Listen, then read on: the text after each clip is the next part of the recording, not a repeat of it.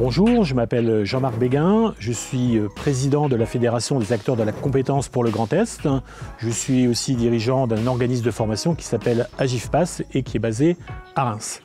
Nous sommes aujourd'hui réunis pour parler d'intelligence artificielle, un sujet qui va être récurrent dans les mois et années qui viennent, et particulièrement dans le domaine de la sécurité, mais aussi dans la recherche qui existe actuellement sur les neurosciences. Et pour en parler un peu plus précisément, j'ai un invité à mes côtés qui s'appelle Stanislas et je vais lui demander de se présenter. Bonjour, je m'appelle Stanislas Mailleux, donc je travaille chez 22, une entreprise qui crée des produits avec de l'intelligence artificielle, plus spécifiquement dans le domaine de la computer vision, la vision par ordinateur qui nous permet de mettre des algorithmes dans des caméras et d'améliorer la sécurité et l'usage dans nos villes. Stanislas, c'est quoi réellement l'intelligence artificielle? Parce que ça revient de plus en plus aujourd'hui dans les expressions, tout le monde parle d'intelligence artificielle un peu partout. Donc, est-ce que vous pouvez donner une définition? Alors l'intelligence artificielle, c'est le fait de permettre à la machine d'imiter l'être humain, autant que faire se peut, bien sûr, pour le remplacer selon ce que l'on pense, nous, chez 22, sur des tâches, en fait, qui n'ont pas de valeur ajoutée particulière pour l'être humain. Et on aimerait, en fait, l'en délester pour qu'il puisse se concentrer sur des tâches à plus forte valeur ajoutée et aussi avec plus de créativité. Vous pouvez nous citer quelques applications, justement, qui utilisent aujourd'hui l'intelligence artificielle? Alors, une application précise, notamment, on s'installe dans les centres de surveillance urbains ou centres de supervision urbains des villes, où on va, en fait, mettre donc notre produit qui va permettre aux policiers municipaux de mettre des zones à certains endroits ou des lignes de comptage pour ressortir certaines statistiques ou des alertes afin d'améliorer, en fait, la réactivité des équipes sur le terrain, notamment. Alors on dit que l'intelligence artificielle utilise les neurosciences, là encore peut-être redéfinir ce que sont des neurosciences et comment justement les neurosciences sont utiles à l'intelligence artificielle. Alors, vu qu'on essaye d'imiter effectivement l'intelligence humaine, on travaille sur des modèles effectivement qui sont issus des neurosciences. Donc on a pu notamment scanner le cerveau et faire des différents essais qui nous ont permis en fait d'améliorer la création des algorithmes informatiques.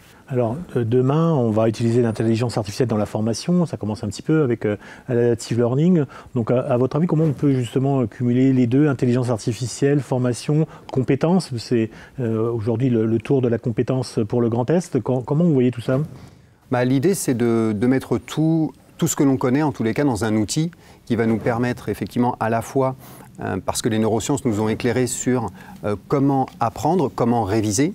Donc on va pouvoir utiliser un Learning Managing System dans lequel on va pouvoir mettre un algorithme de révision par exemple qui va nous pousser ce que l'on a besoin de réviser avant d'apprendre de nouvelles choses. Donc ça va être l'utilisation de l'IA et des neurosciences appliquées en fait à un logiciel qui va favoriser l'apprentissage. Donc en même temps, ça rend l'apprenant acteur de sa formation, c'est-à-dire qu'il est vraiment avec l'outil et il converse avec l'outil tout seul.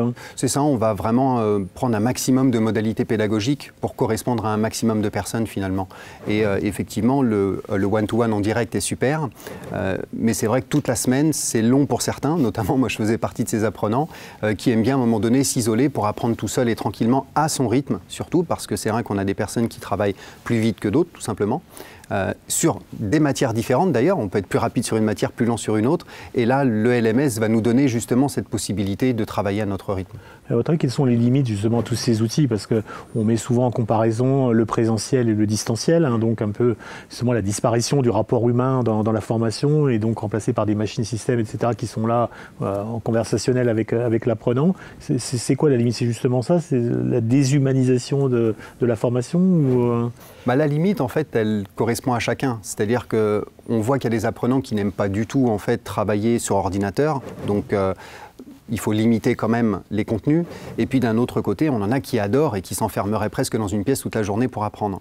Donc l'idée, c'est d'être à mi-chemin entre les deux, de proposer suffisamment de distanciel et suffisamment de présentiel pour qu'on ait à la fois la possibilité de travailler en autonomie, en responsabilisation de son côté, et aussi de pouvoir partager un moment entre êtres humains, parce que le lien émotionnel joue énormément dans notre acquisition des nouvelles compétences ou des savoirs. Alors Stanislas, en quoi aujourd'hui les neurosciences sont-elles utiles dans l'apprentissage des apprenants? Alors c'est utile pour reconnaître comment fonctionne le cerveau afin de lui donner les informations au bon moment. Ça c'est un des premiers exemples, notamment quand on parle de révision. On s'est aperçu que pour mémoriser quelque chose, il était plus efficace de reconstruire le souvenir, donc de partir d'une feuille blanche, ça on l'a vu en fait avec certains tests avec des casques EEG, que en fait de prendre ce que c'est, les casques. Un casque EEG en fait c'est un casque où on met plusieurs électrodes sur le cerveau pour voir en fait quelle est son activité électrique en gros. Et on s'est aperçu que quand on faisait un effort de reconstruction du souvenir, on appelait beaucoup plus notre capacité de mémorisation à long terme que lorsqu'on fait uniquement de la répétition. C'est-à-dire je vais lire la phrase et lire la phrase et lire la phrase jusqu'à la mémoriser, ce qui fonctionne aussi, mais prend beaucoup plus de temps et beaucoup plus énergivore. Donc sur le plan cérébral, travailler en fait avec les neurosciences nous permet de voir les chemins en fait les plus faciles, les plus efficaces pour proposer une modalité d'apprentissage par exemple. Alors me vient une autre question, comment définir un profil apprenant? Pour définir le profil apprenant, alors il y a deux grandes possibilités selon moi. La première c'est déjà l'observation, parce que quand on est formé à la communication un peu plus avancée, on va repérer en fait chez nos apprenants les différentes typologies. D'accord, ça c'est avec un petit peu aussi d'expérience. Et on a aussi tout simplement des tests qui sont super efficaces, notamment les 7 profils d'apprenants. C'est un test que j'utilise qui me permet en fait de mettre à jour finalement un petit peu les tendances dans la classe. Et ça a un avantage, c'est surtout que je vais pouvoir m'adapter beaucoup plus à mon public et adapter aussi ma pédagogie à ce public-là. Stanislas, je vous remercie. Avec plaisir.